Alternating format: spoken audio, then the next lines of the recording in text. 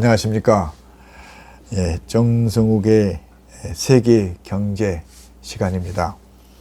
오늘은 아주 특별한 패널 한 분을 모시겠는데요. 동남아와 전 세계의 산업 현장을 둘러보시고 잠깐 들린 백강기 박사님을 깜짝 패널로 모시겠습니다. 박사님 이리 오시죠. 안녕하세요. 백강기입니다.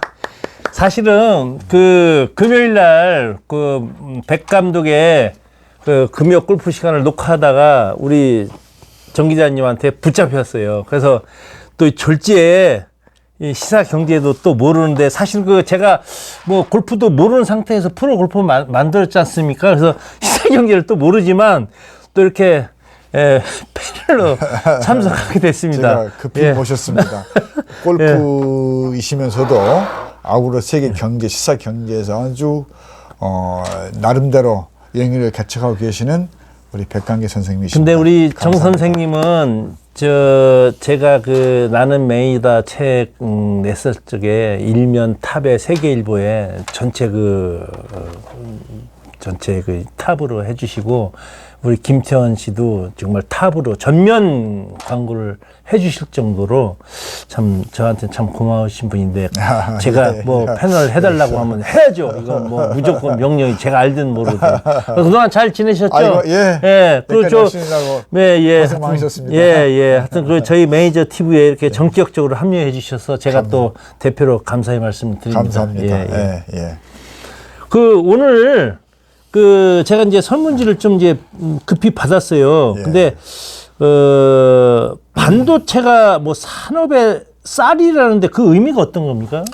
지금 사실 반도체가 과거에는 그렇게 중요한 그 부품이나 어떤 원부자재가 아니었습니다. 예. 그런데 이 3차 산업혁명을 지나서 4차 산업혁명이 지나오면서 예. 반도체가 대단히 지금 중요한 위치에 오고 있습니다. 맞습니다. 한전에 들어서 미국이나 일본 같은 데서 특히 뭐 우리도 마찬가지, 우리 현대차도 지금 차가 생산이 안 되고 있잖아요. 그렇죠. 차량용 반도체가 부족하기 때문에 그렇구나. 그래서 그러니까 이제는 차량뿐만 아니라 심지어 우리 뭐 핸드폰 말 것도 없고 그렇죠. 예. 시계 그다음에 뭐 텔레비전 예.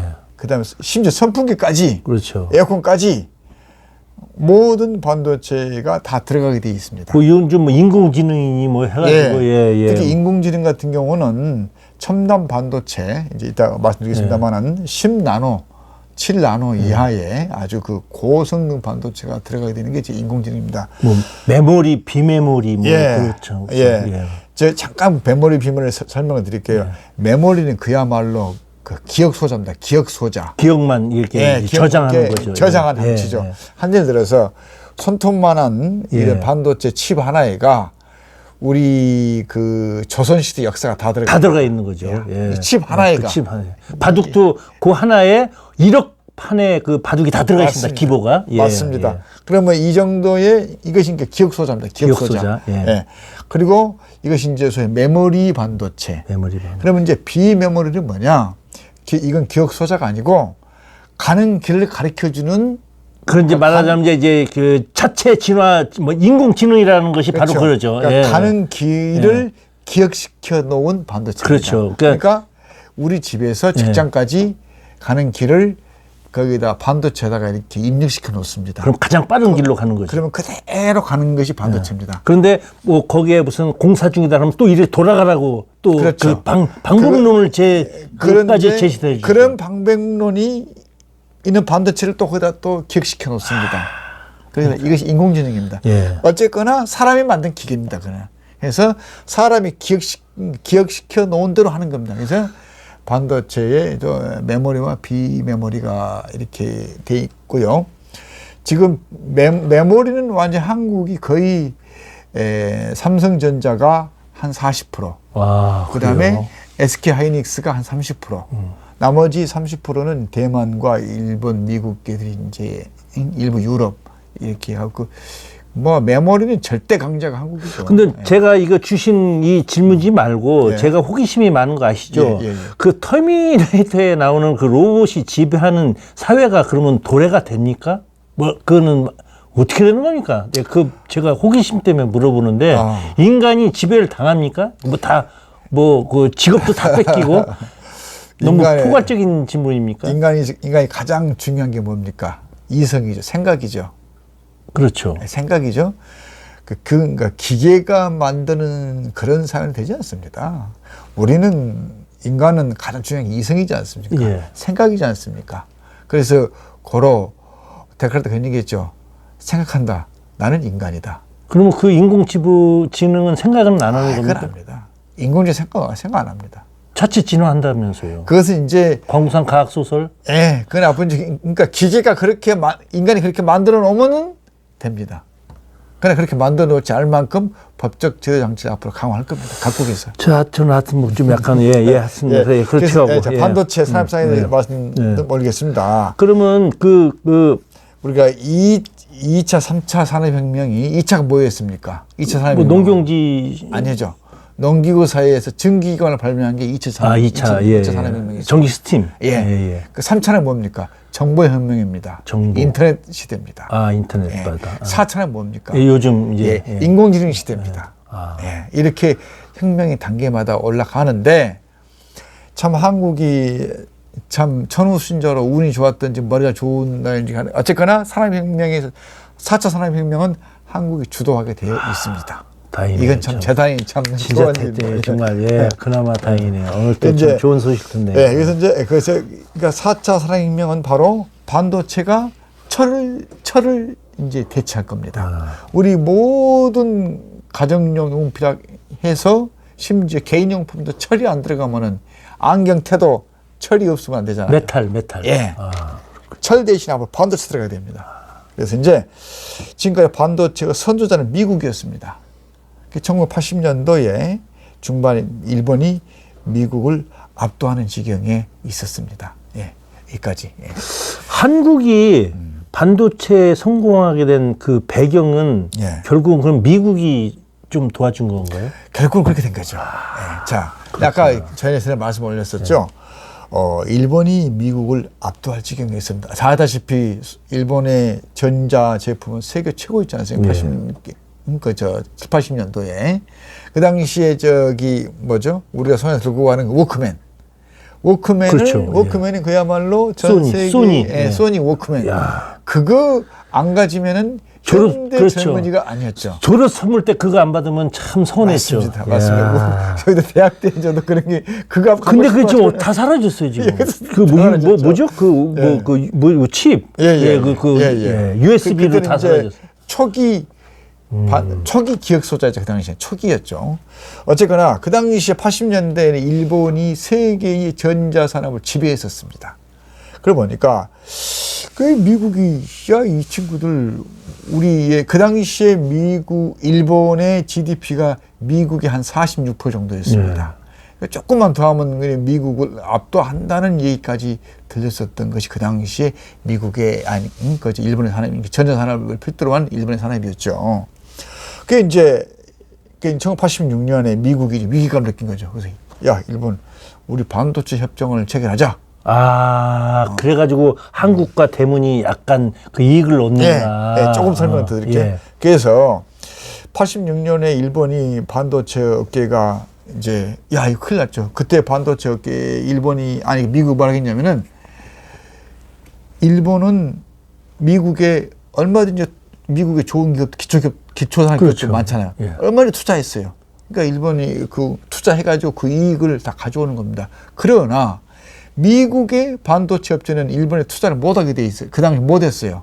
워낙 일본이 또 그 당시 인건비도 비싸고 또 일본에 나름대로 무역 장벽도 있었기 때문에 이거 당신들은 우리나라에 와가지고 투자 못 데려가고 우리는 왜 투자 못하게끔 이렇게 벽을 쌓아놨냐? 안 돼. 미국이 그때서 정신 차린 거죠, 이제. 이게 일본이 너무 키워줬구나. 너무 키워줬구나. 그래서 그때 뭐냐면은 너희들 그 반도체 기술은 너희만 독식하지 말고 딴 데로 좀 빼내.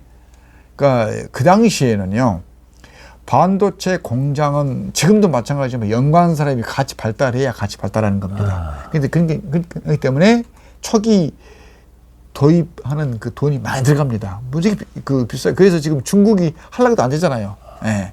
인력이 있어야 되는 것이고, 소부장 사람이 같이 있어야 되는 것이고, 기초기술이 같이 있어야 되는 것이고, 그 생태계가 조성이 돼야 반도체가 되는 겁니다. 그리고 엄청난 경제력이 있어야 돼요. 예, 그렇죠. 예. 그래서 그러니까 그 당시에는 반도체가 이렇게 중요한 건지 몰랐죠. 미국 몰랐죠. 그래서 야, 우리는 그러면은 가장 중요한 것은 설계죠, 설계. 그래서 우리는 소위 얘기해서 팹리스, 팹이 뭡니까? 팹은 공장이거든요. 그러니까 팹리스만 할 테니까 팹은 다 딴 데 다 줘라. 야, 일본 누구도 딴 데 줘. 그래서 그 반도체 그러니까 팹을 전 세계에 이렇게 나눠준 겁니다. 거기에 떠오른 게 한국과 대만입니다. 그러면 그 당시에 그래서 이제 일본이 반도체 업계는 한국과 대만의 기술 이전 시작하게 됐죠. 네. 그때 이제 한국은 이제 엄청나게 일본에 비해서 이제 인건비도 싸고 공장 그렇죠. 쌌죠. 예. 그때부터 일본의 반도체 업계가 상당히 사양길로 접어들게 되는 게 단초 그때였습니다. 그래서 미국이 일본에서 대만으로 이전된 반도체 기술이 결국은 한국으로 오게 됐고, 결국은 그 길이 결국은 다시 이제 대만을 터득해서 중국으로 반도체가 넘어가게 되는 것입니다. 그래서 1987년도에 우리가 소위 말하는 화웨이가 그때 창업을 하게 됐고, 그때 중국의 반도체 설계 종합회사인 우리 삼성 같은 SMIC라고 있습니다. 이 SMIC가 중국에서 1987년에 창업하게 된 것입니다. 그래서 중국도 결국은 그때를 기회로 해서 반도체 업계에 뛰어든 때가 됐고요. 그래서 결국은 1986년에 미국과 일본이 반도체 협정을 체결한 것은 결국은 우리 미국 기업도 일본에 들어가자. 그리고 그 반도체 팹리스는 미국과 일본만 하자. 딴 데, 그러니까 팹은 공장들은 딴 데로 주자. 그건 돈 얼마 안 드니까. 그리고 그 돈 많이 드니까 돈 없는 데로 그냥 보내주자 말이야. 이렇게 한국과 일본이 이렇게, 한국과 대만이 이렇게 커질 줄 모르고. 예. 그래서 결국은 미일 반도체 협정 때문에 결국은 한국과 대만이 이렇게 발전이 됐는데, 결국은 일본이 미국의 반도체 절대 강자의 자존심을 거드린 결과가 바로 그런 결과였죠. 예. 일본 단지 그 당시에 10% 수준이었던 일본 내 미국 반도체 산업의 취향 점유율을 1992년에 92%까지 올렸습니다. 그러니까 10%에서 20%까지 20%. 그래서 기존 대미 반도체 저가 수출도 중단했습니다. 그러니까 미국의 반도체 값이 10원이면은 일본 반도체는 한 2, 3원밖에 안 됐어요. 그 당연히 일본 걸 쓰잖아요. 예. 그렇기 때문에 미국의 일본 반도체 천지였습니다. 질은 별로 차이도 안 나고. 예. 또 일본 기술도 좋지 않습니까? 좋죠. 예. 예. 그래서 일본은 미국의 일본 반도체 직접 투자를 미국이 할 수 있게 됐고, 그 다음에 또 협정 이후에 또 미국은 야, 일본 너희들 우리 기술 다 도용했지 않냐? 그래서 미협정을 그래서 미준수했다는 그런 걸 더 들대가지고 또 보복 관서도 부과시켰고, 그래서 결국은 일본 반도체가 상당히 사양길로 접어드는 게 바로 그 다음 80년대 후반이었습니다. 이 결과 일본의 반도체 생태계는 서서히 하락세를 그때 뭐 파나소닉, 소니, 히다치, 그렇죠. 닛산 얼마나 큰 갑자기 일본 경제가 꼬꾸라지더라고요. 세계적인 전자 반도체 회사였습니까? 그런 뒷배경이 있었고요. 그래서 결국은 한국과 대만이 일본 반도체 몰락으로 생긴 빈자리를 채우게 됐죠, 지금 이게.